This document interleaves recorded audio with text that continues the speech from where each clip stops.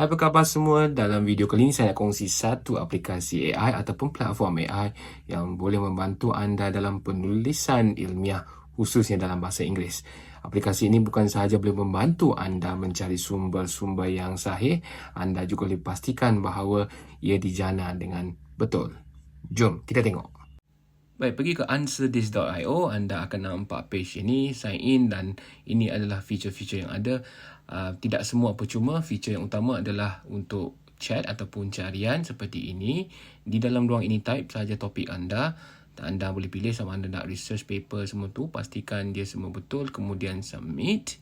Dia akan jana penulisan mengikut topik yang telah kita buat. Bukan sahaja anda boleh semak, anda boleh pilih juga gaya citation tu. Contoh yang ni, IEEE saya tukar pergi APA, dia akan terus tukar ke dalam bentuk APA. Dan bila kita klik sahaja kepada citation tersebut, dia akan bawa kita pada sumber yang kita boleh semak kesahihannya. Klik sahaja, kita boleh baca sampai betul ke tak. Sangat tepat. Dan dia datang juga dengan AI Writer. Anda boleh semak AI Writer ni. Saya rasa tak perlu sangat sebab yang ni kita boleh gunakan aplikasi lain. Aplikasi ni percuma, dia ada limit dari segi penggunaan AI Writer tadi tu. Kalau nak, boleh guna bayaran tu. Selamat mencuba.